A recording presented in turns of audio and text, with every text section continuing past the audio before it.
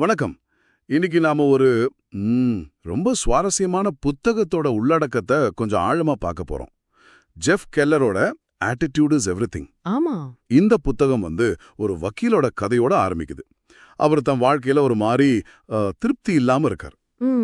ஒரு வெறுமை மாதிரி. ஆமா. அப்புறம் இந்த ஆட்டிடியூட், அதாவது மனப்பான்மையோட சக்தியை பத்தி தெரிஞ்சுக்கிறாரு. அதை மாத்தி வாழ்க்கையே மாத்திக்கிறாரு. கரெக்ட். ஆசிரியர் என்ன சொல்றாருன்னா, அவரால முடியும் போது கண்டிப்பா உங்களாலையும் முடியும்னு சொல்றாரு. இதை எப்படி நம்ம வாழ்க்கையில பயன்படுத்தலாம்டா இன்னைக்கு நம்ம பார்க்க போறோம். நிச்சயமா இந்த புத்தகம் ரொம்ப அழுத்தமா சொல்ற ஒரு விஷயம் என்னன்னா, நம்ம மனசுக்குள்ள என்ன நினைக்கிறோமோ, நம்ம மனநிலை எப்படி இருக்கோ, அதுதான் நம்ம வெளி உலக அனுபவங்களுக்கு ஒரு அடித்தளமா இருக்கு. ஓ, அப்படியா? ஆமா. நம்ம எண்ணங்கள், நம்ம நம்பிக்கைகள், இதெல்லாம் எப்படி நம்ம அன்றாட வாழ்க்கைய, நம்ம உலகத்தை உருவாக்குதுன்னு பல கோணங்கள்ல சில உதாரணங்களோட சொல்றார் ஆசிரியர். சரி. இத நீங்க சரியா புரிஞ்சுக்கிட்டீங்கன்னா, அது உங்க வாழ்க்கைய நீங்க பாக்குற விதத்தையே மாத்திடும். அப்படி ஒரு சக்தி அதுக்கு இருக்கு. சரி, அப்போ முதல்ல இருந்தே போலாம். ஆசிரியர் ஒரு நல்ல உருவகம் சொல்றாரு. நம்ம மனப்பான்மை நாம உலகத்தை பார்க்கிற ஒரு மென்டல் விண்டோ, அதாவது ஒரு மன ஜன்னல் மாதிரிங்கிறாரு. ஆமா, இது ரொம்ப நல்ல உருவகம். சுவாரஸ்யமா இருக்குல்ல? நாம பிறக்கும்போது இந்த ஜன்னல் பளிங்கு மாதிரி சுத்தமா இருக்கான். ஆமா. ஆனா போக போக நம்ம வாழ்க்கையில நடக்கிற விஷயங்கள், மத்தவங்க சொல்றது, ஏமாற்றங்கள், இதெல்லாம் அது மேல அழுக்க படிய வச்சிடுதான். இது ரொம்ப அடிப்படையான ஆனா சக்தி வாய்ந்த கருத்து பாருங்களேன். அதாவது பாசிட்டிவ் ஆட்டிடியூட், நேர்மறை மனப்பான்மை இருக்கிறவங்களுக்கு அந்த ஜன்னல் சுத்தமா இருக்கு. அதனால அவங்க வாய்ப்புகளை, வாழ்க்கையோட நல்ல பக்கங்களை பாக்குறாங்க. ஆனா நெகட்டிவ் ஆட்டிடியூட், எதிர்மறை மனப்பான்மை இருக்கிறவங்களுக்கு அதே ஜன்னல் தான், ஆனா அழுக்கா இருக்கு. சரி. அதனால அவங்க தடைகளை, குறைகளை, பிரச்சனைகளை மட்டும்தான் பாக்குறாங்க.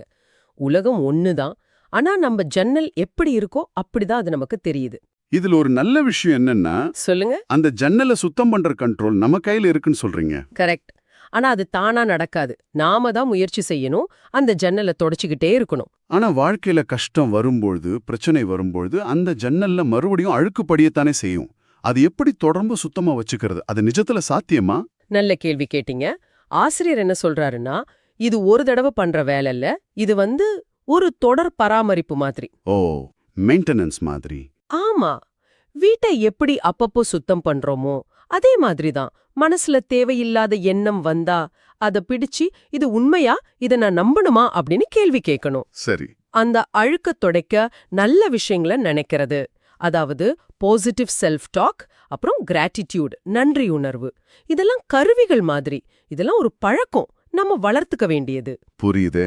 அடுத்ததா ஆசிரியர் சொல்றது, யூர் a ஹியூமன் மேக்னெட், நீங்க ஒரு மனித காந்தம். ஆமா. இது லா ஆஃப் அட்ராக்ஷன், அதாவது ஈர்ப்பு விதின்னு சொல்றத சிம்பிளா சொல்ற மாதிரி இருக்கு. கரெக்ட். நம்ம டாமினன்ட் தாட்ஸ், அதாவது நம்ம ஆதிக்க எண்ணங்கள், நாம எதை பத்தி ரொம்ப அதிகமா தீவிரமா யோசிக்கிறோமோ அதுக்கு ஏத்த மாதிரி சூழ்நிலைகளையும் ஆட்களையும் நம்ம வாழ்க்கையில ஈர்க்கிறோம்னு சொல்றாரு. அப்போ நான் நல்லதே நினைச்சா நல்லது நடக்குமா? அப்படி பார்க்கலாம். அதாவது நீங்க தொடர்ந்து வெற்றி, சந்தோஷம், ஆரோக்கியம் பத்தி நினைச்சு அதை நம்புனா நீங்க அந்த திசையில நகர ஆரம்பிப்பீங்க. சரி. அதுக்கான வாய்ப்புகளை கவனிக்க ஆரம்பிப்பீங்க, அது சம்பந்தமான ஆட்களை சந்திப்பீங்க. இதுவே நீங்க தோல்வி, கஷ்டம், நோய் பத்தியே யோசிச்சுட்டு இருந்தா அதே மாதிரி நடக்குமா? உங்க கவனம் முழுக்க அதுல தான் இருக்கும். அப்படிப்பட்ட சூழ்நிலைகளை நீங்க அதிகமா கவனிக்க ஆரம்பிப்பீங்க. இது ஏதோ மேஜிக் மாதிரி இல்ல, இது உங்க ஃபோக்கஸ், உங்க கவனம் சம்பந்தப்பட்டது. சரி. உங்க கவனம் எங்க போகுதோ உங்க சக்தி அங்க போகுது. உங்க எண்ணங்கள் உங்க செயல்களை தூண்டி உங்க யதார்த்தத்தை கொஞ்சம் கொஞ்சமா உருவாக்குது. ஆனா இது கேட்க கொஞ்சம் சும்மா நினைச்சா மட்டும் போதுமா? செயல் தேவையில்லையா? வெறும் விஷுவல் திங்கிங் மாதிரி இல்லையா? மிக சரியான கேள்வி. இது வெறும் நினைப்பு மட்டும் இல்ல. உங்க ஆதிக்க எண்ணங்கள் உங்க மனநிலைய மாத்தும். உங்க அணுகுமுறைய மாட்டும், உங்க செயல்களை தீர்மானிக்கும். உதாரணத்துக்கு, நீங்க ஒரு பிசினஸ்ல ஜெயிக்க முடியும்னு ஆழமா நம்புனா நீங்க அதிக நம்பிக்கையோட பிளான் பண்ணுவீங்க. தடைகள் வந்தா அதை தாண்டி போக வழி தேடுவீங்க. மத்தவங்க கிட்ட உங்க ஐடியாவை உற்சாகமா சொல்வீங்க. இந்த பாசிட்டிவ் எனர்ஜியும் செயலும் தான் வாய்ப்புகளை ஈர்க்குது. அப்போ வெறும் எண்ணம் மட்டும் போதாது. கண்டிப்பா இல்ல. ஆனா சரியான எண்ணம் சரியான செயலுக்கு வழிவகுக்கும். அதுதான் முக்கியம். புரியுது. இப்போ அடுத்ததுக்கு போலாம். விஷுவலைசேஷன் பத்தி பேசுறார் ஆசிரியர். கற்பனை செய்து பார்க்கிறது. ஆமா, இது ரொம்ப சுவாரஸ்யமான பகுதி. நம்ம சப்கான்ஷியஸ் மைண்ட், அதாவது ஆழ் மனசுக்கு நிஜமான அனுபவத்துக்கும் நாம தீவிரமா கற்பனை பண்ற அனுபவத்துக்கும் வித்தியாசம் தெரியாதான். கரெக்ட். அதனால நம்ம ஒரு இலக்கை அடைஞ்சிட்ட மாதிரி திரும்ப திரும்ப கற்பனை செஞ்சா அதை நிஜமாக்க நம்ம ஆழ்மனசை தயார்படுத்துறோம்னு சொல்றாரு. இதுக்கு ஏதாவது வழிமுறை இருக்கா? எப்படி பண்றது? இருக்கு. ஆசிரியர் சொல்றாரு, முதல்ல உங்களுக்கு என்ன வேணும்னு தெளிவா முடிவு பண்ணுங்க. பொதுவான ஆசை இல்ல, குறிப்பான இலக்கு. ஓகே. ரெண்டாவது, அந்த இலக்கு அடைஞ்ச மாதிரி ஒரு மென்டல் மூவி, ஒரு மனத்திரைப்படம் உருவாக்குங்க. எல்லா புலன்களையும் பயன்படுத்துங்க. எப்படி உணர்றீங்க, என்ன பாக்குறீங்க, கேக்குறீங்க, எல்லாத்தையும். மூணாவது, இத தினமும் பல தடவை, முக்கியமா காலையில எழுந்ததும் ராத்திரி தூங்க போறதுக்கு முன்னாடியும் ஓட்டி பாருங்க. அந்த உணர்வை அனுபவிங்க. சரி. இது உங்க நம்பிக்கைய வளர்க்கும், உங்களை உற்சாகப்படுத்தும், உங்க ஆழ் மனசும் அதுக்கு தேவையான ஐடியாக்களையும் வழிகளையும் தேட ஆரம்பிக்கும். இந்த விஷுவலைசேஷன் மட்டும் செஞ்சா போதுமா? இதுக்கு பிறகு செயல்பாடு தேவையா? விஷுவலைசேஷன் செயலுக்கான மாற்று இல்ல, அது செயலுக்கான ஒரு உந்து சக்தி. ஓ, ஒரு மோட்டிவேஷன் மாதிரி. அப்புறம் நீங்க தேவையான ஸ்டெப்ஸ் எடுக்க ரெடியா இருப்பீங்க. கற்பனை முதல் படி, செயல் ரெண்டாவது படி. அடுத்ததா கமிட்மெண்ட் பத்தி சொல்றாரு. உறுதிப்பாடு. ஆமா. வெறும் இன்ட்ரெஸ்ட், அதாவது ஆர்வம் வேற, கமிட்மெண்ட் உறுதிப்பாடு வேறன்னு சொல்றாரு. ஆர்வம் இருந்தா உங்களுக்கு சௌகரியமா இருக்கும்போது செய்வீங்க. கரெக்ட். ஆனா உறுதியா இருந்தா அந்த இலக்கை அடைய என்ன வேணா பண்ணுவீங்க, தடைகளை பார்க்க மாட்டீங்க. அதுக்கு ஹெர்னான் கோர்டஸ் கதைய சொல்றாரு. அவர் தன்னோட வீரர்களோட புது உலகத்துக்கு போனப்போ அவங்க திரும்பி போயிடக்கூடாதுன்னு என்ன பண்ணாரா? கப்பல்களை எரிச்சிடுங்க அப்படின்னு ஆர்டர் போட்டாராம். அடேங்கப்பா. ஆமா, இது ஜெயிச்சே ஆகணும், வேற வழியே இல்லங்கிற மனநிலைய உருவாக்குச்சு. உண்மையான உறுதிப்பாடுன்னா இதுதான். உங்க மன கப்பல்களை எரிக்கிறது. 100% அர்ப்பணிப்பு, பின்வாங்கவே முடியாதுங்கிற நிலை. அந்த திரும்பி போக வழியே இல்லைன்னு சொல்றது கேட்கவே பயங்கரமா இருக்கு. எல்லா சின்ன சின்ன விஷயத்துக்கும் இந்த அளவுக்கு உறுதிப்பாடு தேவையா? இது கொஞ்சம் பயமுறுத்துற மாதிரி இல்லையா? நீங்க சொல்றதுல ஒரு பாயிண்ட் இருக்கு. ஆசிரியர் சொல்றது அந்த மனநிலையோட தீவிரத்தை, இன்டென்சிட்டி. எல்லாத்துக்கும் கப்பலை எரிக்க வேண்டாம். சரி. ஆனா உங்களுக்கு ரொம்ப முக்கியமான இலக்குகள் வரும்போது, அது வேலையா இருக்கலாம், படிப்பா இருக்கலாம், உடம்பா இருக்கலாம், அந்த 100% அர்ப்பணிப்பு தான் பெரிய தடைகளை தாண்டி போக தேவையான கிரியேட்டிவிட்டி, அதாவது படைப்பாற்றலையும் பெர்சிஸ்டன்ஸ், விடாமுயற்சியும் உங்களுக்குள்ள இருந்து கொண்டு வரும். ஓ. அது முடிஞ்சா செய்வோங்கிறத விட்டுட்டு செஞ்சு முடிப்போங்கிற மனநிலைக்கு மாத்தும். இலக்கு எவ்வளவு முக்கியமோ அந்த அளவுக்கு அர்ப்பணிப்பு இருக்கலாம். சரி. இந்த பகுதியில கடைசி கருத்து, பிரச்சனைகளை வாய்ப்புகளா மாத்துறது. Turn problems into opportunities. ஆமா, இதுக்கு ரீஃப்ரேமிங், மறுசீரமைத்தல்னு பேரு. அதாவது ஒரு பிரச்சனைய நெகட்டிவா பார்த்தா அது முடிஞ்சு போன மாதிரி தெரியும். ஆனா பாசிட்டிவா, சரி இது நடந்துடுச்சு, இதுல என்ன வாய்ப்பு இருக்கு, இதுல இருந்து என்ன கத்துக்கலாம் அப்படின்னு கேட்டா பார்வை மாறிடும். கரெக்டா சொன்னீங்க. ஆசிரியர் சொல்றது போல ஒவ்வொரு கஷ்டத்திலயும் அதுக்கு சமமான இல்லனா அதை விட பெரிய நன்மைக்கான விதை ஒளிஞ்சிருக்கு. ஓ, அப்படியா? ஆமா. தோல்விகளை தோல்வியாவே பார்க்காம அது ஒரு மதிப்புள்ள ஃபீட்பேக், ஒரு பின்னோட்டம்னு பார்க்கணும். பிரச்சனைகள் நம்மளை யோசிக்க வைக்குது, புதுசா கத்துக்க வைக்குது, நம்மளை இன்னும் ஸ்ட்ராங் ஆக்குது.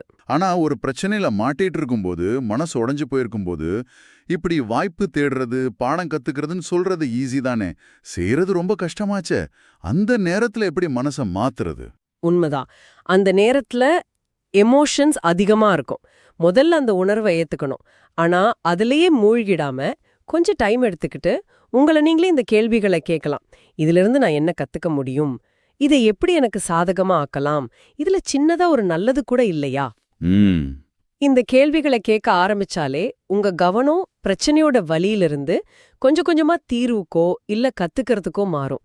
இது பயிற்சி பண்ண வர ஒரு மனத்திறன். அருமையான விளக்கம். இப்போ 2வது பகுதிக்கு போலாம். உங்க வார்த்தைகளை கவனிங்க. ஆமா, இது ரொம்ப முக்கியம். நாம பேசுற வார்த்தைகளுக்கும் நம்ம மனப்பான்மைக்கும் எவ்வளவு பெரிய தொடர்பு இருக்குன்னு இந்த பகுதி சொல்லுது. Your words blaze a trail. உங்க வார்த்தைகள் ஒரு பாதையை உருவாக்குதுன்னு ஆசிரியர் சொல்றாரு. ஆமா. நாம நமக்குள்ள பேசிக்கிறதும் சரி, செல்ஃப் டாக், மத்தவங்க கிட்ட பேசுறதும் சரி, இது நம்ம நம்பிக்கையை வளர்த்து நம்ம மனப்பான்மையை வடிவமைக்குது. மிக மிக முக்கியமான பாயிண்ட் இது.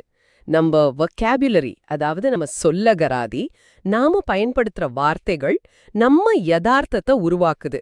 என்னால முடியாது, இது கஷ்டம், நான் எப்போதுமே இப்படித்தான் அப்படின்னு திரும்ப திரும்ப சொன்னா நம்ம மூளை அதை நம்பிடுமா? ஆமா, உங்க மூளை அத உண்மையா ஏத்துக்கிட்டு அதுக்கேத்த மாதிரி செயல்பட ஆரம்பிக்கும். அது உங்க செயல்களுக்கு ஒரு தடையா மாறிடும். ஆனா இதுக்கு பதிலா என்னால முடியும், நான் வழி கண்டுபிடிப்பேன், இது ஒரு சவால், ஆனா நான் கத்துப்பேன், இந்த மாதிரி சக்தி வாய்ந்த பாசிட்டிவ் வார்த்தைகளை பயன்படுத்தினா அது ஒரு பாசிட்டிவ் பிலீஃப் சிஸ்டம், ஒரு நேர்மறையான நம்பிக்கை அமைப்பை உருவாக்கும். உங்க வார்த்தைகள் உங்க மனப்பான்மைக்கும் உங்க செயலுக்கும் ஒரு தெளிவான பாதையை போடுது. ஆமால்ல, நாம எவ்வளவு சர்வசாதாரணமா நம்மளையே குறைச்சுக்கிற மாதிரி வார்த்தை சொல்றோம். சும்மா ட்ரை பண்றேன், பார்க்கலாம், இந்த மாதிரி உறுதியே இல்லாத வார்த்தைகள் கூட நம்ம முயற்சியை குறைக்க வாய்ப்பு இருக்கும். நிச்சயமா, அந்த வார்த்தைகள் உங்க ஆழ் மனசுக்கு நீங்க முழுசா உறுதியா இல்லைங்கிற மெசேஜ் அனுப்புது. ஆசிரியர் இங்க ஒரு சின்ன ஆனா ரொம்ப பவர்ஃபுல்லான பழக்கத்தை மாத்த சொல்றாரு. என்னது அது? யாராவது ஹவ் ஆர் யூ, எப்படி இருக்கீங்கன்னு கேட்டா நாம பெரும்பாலும் என்ன சொல்லுவோம்? பரவாயில்ல, ஏதோ இருக்கேன், ஓகே. ஆமா, இது ரொம்ப காமன் பதில். இது ஒரு சராசரி உற்சாகம் இல்லாத மனநிலைய நமக்குள் வலுப்படுத்துதுன்னு ஆசிரியர் சொல்றாரு. அப்ப எப்படி பதில் சொல்றாரு? இதுக்கு பதிலா அற்புதம், டெரிஃபிக், இல்லனா பிரமாதம், ஃபென்டாஸ்டிக், இல்லனா சூப்பரா இருக்கேன், இந்த மாதிரி உற்சாகமான பாசிட்டிவ் வார்த்தைகளால பதில் சொல்றாரு. இது கேட்கும் போதே ஒரு எனர்ஜி வருது இல்ல? ஆமா, வருது. ஆனா சும்மா இருக்கும்போது கூட ஃபென்டாஸ்டிக்னு சொன்னா அது கொஞ்சம் செயற்கையா பொய்யா தெரியாதா? ஆரம்பத்துல அப்படி தோணலாம். ஆசிரியர் சொல்றது ஒரு வகையில fake it till you make it மாதிரி தான். ஆனா இது ரெண்டு வேலையை செய்யுது. ஒன்னு, இந்த வார்த்தைகள் உங்க ஆழ் மனசுக்கு ஒரு பாசிட்டிவ் சிக்னல் அனுப்பி உங்க மூட உடனே தூக்குது. ஓ, நீங்களே உங்களை உற்சாகப்படுத்திக்கிறீங்க. ரெண்டாவது, இது உங்களை கேட்கறவங்களையும் பாதிக்குது. உங்களை ஒரு பாசிட்டிவான, எனர்ஜியான, மறக்க முடியாத ஆளா காட்டுது. உங்க பாசிட்டிவ் எனர்ஜி மத்தவங்களுக்கும் பரவும். சின்ன மாற்றம்தான், ஆனா பெரிய தாக்கம். அடுத்து ஒரு வார்னிங் மாதிரி இருக்கு. Stop complaining. புகார் சொல்றத நிறுத்துங்க. ஆமா, இது ஆசிரியர் மனப்பான்மையின் புற்றுநோய், கேன்சர் ஆஃப் தி ஆட்டிடியூட் அப்படின்னே சொல்றாரு. ரொம்ப கடுமையான வார்த்தை. ஆமா, ஏன்னா புகார் சொல்லும்போது நம்ம கிட்ட என்ன இல்ல, எது சரியில்ல, யாரு காரணம்னு இதுலயே நம்ம கவனம் முழுக்க இருக்கு. இது இன்னும் நெகட்டிவான விஷயங்கள்றாரு. ஒன்னு, அதை யாருமே கேட்க விரும்ப மாட்டாங்க. சும்மா புகார் சொல்றவங்க கூட இருக்க யாருக்கு பிடிக்கும்?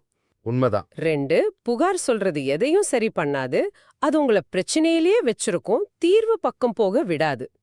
3, அது நிலைமைய இன்னும் மோசமாக்குது, ஒரு விக்டிம் மென்டாலிட்டி, அதாவது பாதிக்கப்பட்டவர் மனநிலைய வளர்க்குது, எல்லாம் எனக்கு எதிரா நடக்குதுன்னு நினைக்க வைக்கும். இதுக்கு தீர்வு என்ன சொல்றாரு? பிரச்சனையில கவனம் வைக்காம 2 விஷயத்துல கவனம் வைங்கங்கிறாரு. 1, கிராட்டிடியூட், நன்றி உணர்வு. உங்ககிட்ட ஏற்கனவே என்ன இருக்கு, என்ன நல்லது நடக்குதுன்னு நன்றி சொல்றது. இன்னொன்னு சொல்யூஷன்ஸ், தீர்வுகள். புகார பத்தி புலம்புறத விட்டுட்டு இதை எப்படி சரி செய்யலாம்னு யோசிக்கிறதுல சக்தியை செலவு பண்ணுங்கன்னு சொல்றாரு. இந்த புகார் சொல்ற பழக்கத்தை மாத்துறது கஷ்டமாச்சே. நிறைய பேர் இது அவங்களுக்கே தெரியாம செய்வாங்க. இதுல இருந்து வெளியே வர முதல் படி என்னவா இருக்கும்? ஒரு நல்ல வழி உங்களை நீங்களே கவனிக்க ஆரம்பிக்கிறது. ஒரு நாள்ல எத்தனை தடவை புகார் சொல்றீங்கன்னு நோட் பண்ணுங்க. இல்லனா கையில ஒரு ரப்பர் பேண்ட் போட்டுக்கிட்டு ஒவ்வொரு தடவையும் அதை இழுத்து விடுங்க. ஆஹா, இது ஒரு விழிப்புணர்வு கொடுக்கும்.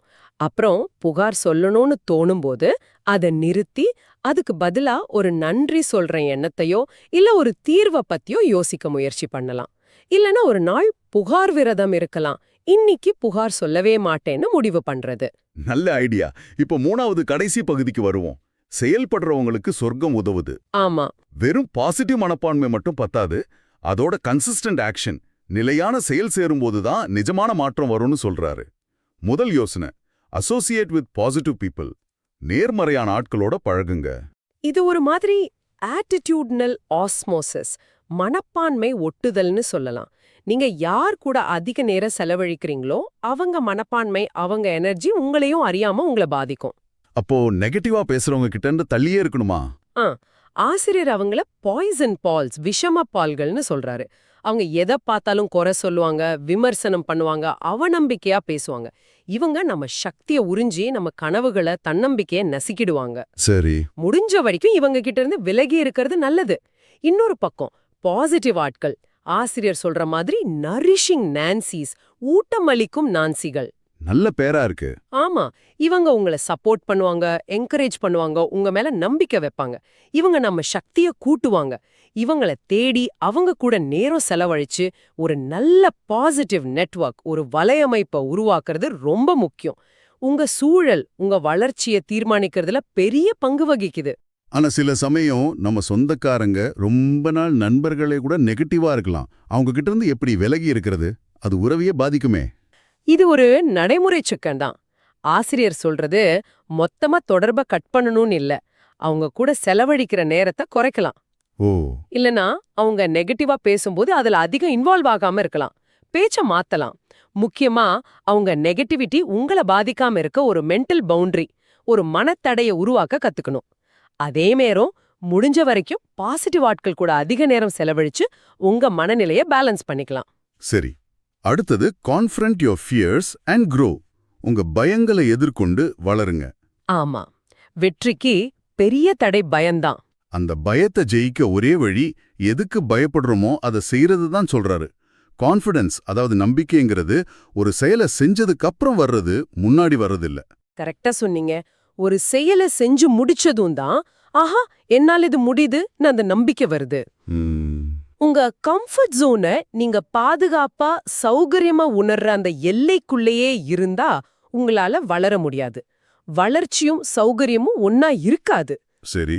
நீங்க பயப்படுற விஷயங்களை, அது மேடையில பேசுறதா இருக்கலாம், புது வேலையா இருக்கலாம், ஒரு கஷ்டமான பேச்சா இருக்கலாம், அதை செய்யும் போதுதான் உங்க திறமை அதிகமாகுது, உங்க எல்லை பெருசாகுது.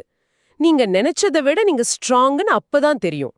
ஒவ்வொரு தடவை பயத்தை ஜெயிக்கும் போதும் உங்க கம்ஃபர்ட் ஜோன் கொஞ்சம் பெருசாகும், உங்க தன்னம்பிக்கையும் கூடும். ஆசிரியர் சொல்றது சரிதான், பயப்படுறத செய்யு. ஆனா அந்த முதல் ஸ்டெப் எடுக்கிறது தான் பெரிய கஷ்டமா இருக்கு. மனசு யோசிக்கும், தள்ளி போடும். அந்த முதல் அடி எடுக்க ஏதாவது டிப்ஸ் இருக்கா? ஒரு வழி அந்த பெரிய பயத்தை சின்ன சின்ன ஸ்டெப்ஸா பிரிக்கிறது. உதாரணமா, மேடை பேச்சு பயம்னா முதல்ல ஃப்ரெண்ட்ஸ் முன்னாடி பேசி பார்க்கலாம், அப்புறம் சின்ன குரூப், அப்புறம் பெரிய கூட்டம்னு கொஞ்சம் கொஞ்சமா போகலாம். இல்லனா 5 செகண்ட் ரூல் மாதிரி ஏதாவது ஒரு விஷயத்த செய்யணும்னு தோணினா 5 செகண்ட்குள்ள அதை ஆரம்பிச்சிடுறது, ரொம்ப யோசிக்காம. பயம் இருந்தாலும் பரவாயில்ல, செயலை செய்யறதுல கவனம் வைக்கிறது.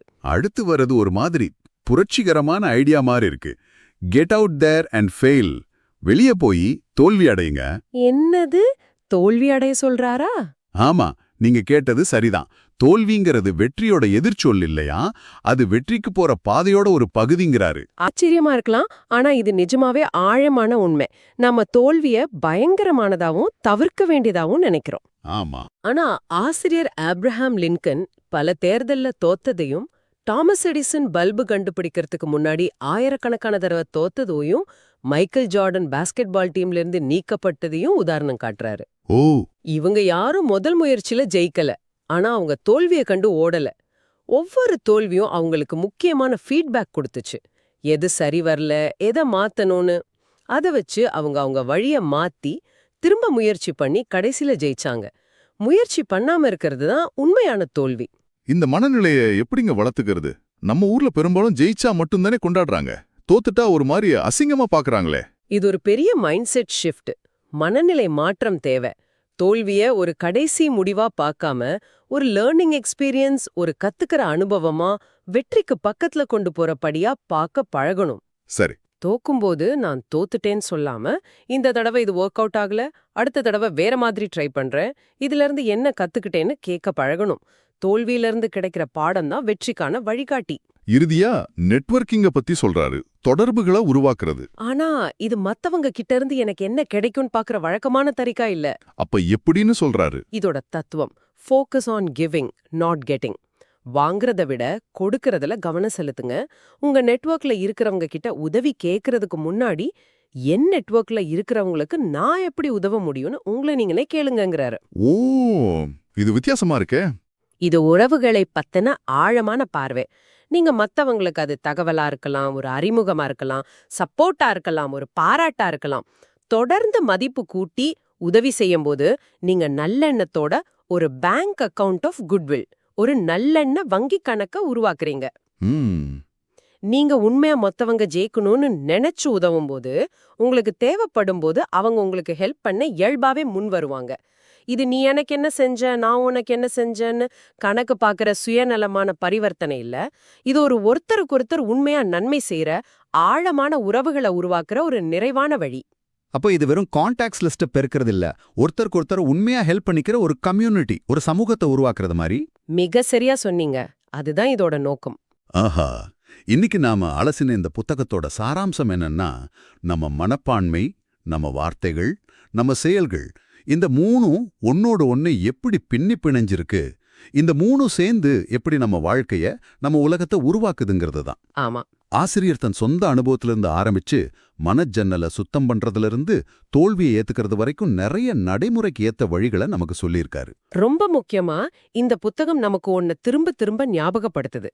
உங்க சூழ்நிலை எப்படி வேணா இருக்கலாம், ஆனா அதுக்கு நீங்க எப்படி ரெஸ்பாண்ட் பண்றீங்க, எப்படி எதிர்வினை ஆற்றுறீங்கங்கிறது உங்க கையில இருக்கு.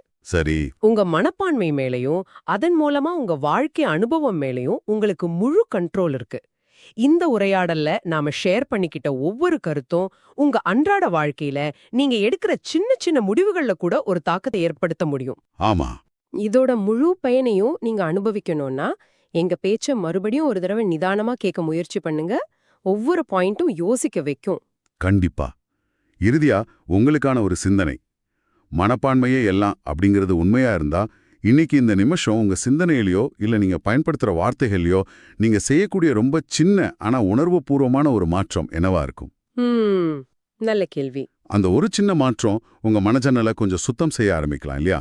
அது ஒரு நல்ல வார்த்தையா இருக்கலாம், நீங்க தவிர்க்கிற ஒரு புகாரா இருக்கலாம், இல்ல நீங்க எதிர்கொள்ற ஒரு சின்ன பயமா இருக்கலாம். யோசிச்சு பாருங்க. மீண்டும் சந்திப்போம்.